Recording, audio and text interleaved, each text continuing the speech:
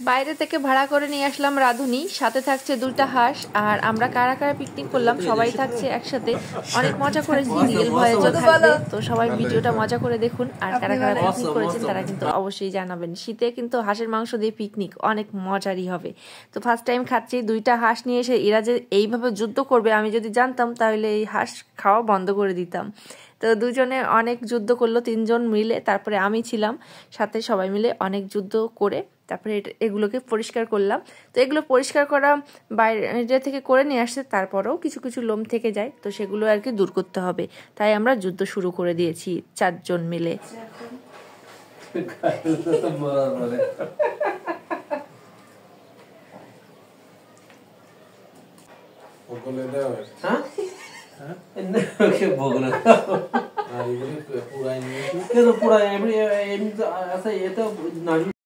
এখানে আমাদের যে কয়জনকে দেখছেন সে কয়জনই জানে না কিভাবে হাঁস পরিষ্কার করতে হয়। আমি প্রথম খেয়েছি, এনারা খেয়েছেন, তবে হাঁস কিভাবে পরিষ্কার করে রান্না করতে হয় সেটা আমরা কেউই জানি না।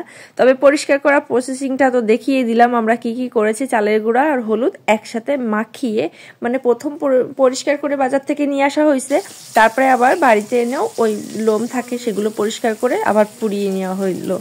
তারপরে পেঁয়াজ 1 বাটি, রসুন, আস্ত রসুন, তারপরে লবণ, হলুদ, মানে যা যা পরিমাণ মতো লাগে সবকিছু দিয়েছি। স্পেশাল ছিল এখানে আমাদের নারকেল বাটা, আর সাথে ছিল গরম মশলা।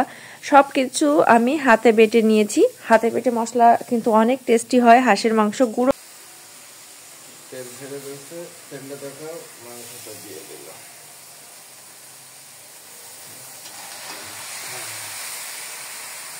ঠিকঠাক প্রশিক্ষণ দিয়েই জামাইকে আমি এত বড় পাকা রাঁধুনি বানালাম। আর এনাকে নাকি ভাড়া করে নিয়ে আসতে হবে, মানে নিয়ে যাবে লোকে, এরকমই সে বক্তব্য দিচ্ছে যে আমাকে লোকে ভাড়া করে নিয়ে যাবে, আমি এত সুন্দর রান্না করতে পারি। তো এখানে আমি জিরে, ধনে, কাঁচা লঙ্কা, শুকনো লঙ্কা, আদা বেশি করে দিয়েছিলাম, রসুন, পেঁয়াজ সবকিছুই তো দেখেছেন কিভাবে রান্না করছি। সাথে একটু সুপারি দিয়ে দিলাম, তো সুপারি দিলে মাংসটা সেদ্ধ হয়ে যাবে আর দারুণ হবে মাংসটা, সফট।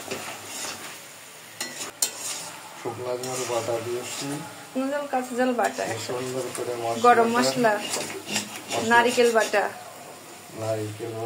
ভালো করে কষানোর পরে তেলটা উঠলে মাংসটা দিয়ে দিতে হবে। মাংস দেওয়ার পরে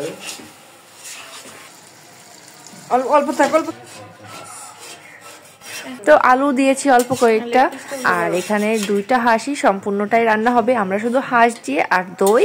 আর এখানে ছিল বোরহানি আর পান, এগুলাই হচ্ছে আমাদের খাওয়া দাওয়ার আইটেম ছিল। আর পাক্কা রিভিউ দিবে, কেউ খারাপ রিভিউ দিবে না। বলেন, আপনি বলেন প্রথম।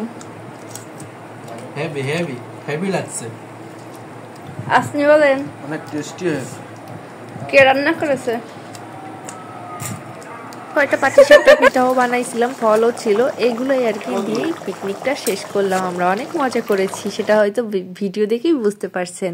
মাংসের কালারটা কিন্তু দারুণ হয়েছে, দেখেই হয়তো বুঝতে পেরেছি। আমি এই প্রথমবার খেয়েছি, আগে কখনোই খাইনি, তো এই প্রথমবার খেলাম, অনেক টেস্টি, অনেক মজা হয়েছে। আর তারপরে জামাইয়ের হাতের রান্না, মজা তো হবেই। তো এখানে সবাই সুন্দর রিভিউ দিচ্ছিল, আর সত্যি বলতে এটা অনেক টেস্টি হয়েছিল, কারণ নারকেল বাটা দেওয়া। আর এতে কিন্তু গন্ধ দূর করার জন্য কিছুই দেয়নি, ধনে বাটা দিয়েছিলাম, ধনে জিরে বাটা আর গরম মশলা। যেমনি সিম্পল মাংস রান্না করেন তেমনই করে রান্না করেছি, তবে এত টেস্টি হবে বুঝতেই পারিনি। আমি তো প্রথম খেয়ে একদম ফিদা হয়ে গেছি। তো খাসির মাংস থেকে আমার কাছে এটা টেস্টি মনে হয়েছে।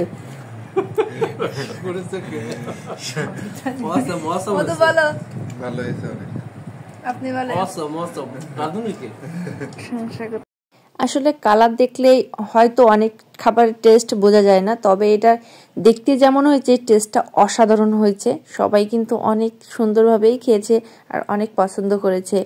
আর সত্যিই বলতে আমি প্রথম খেয়েছি, আমার কাছে খুবই ভালো লেগেছে। আর সবাই মিলে মজা করে খেলাম, আরো বেশি মজা হয়েছে।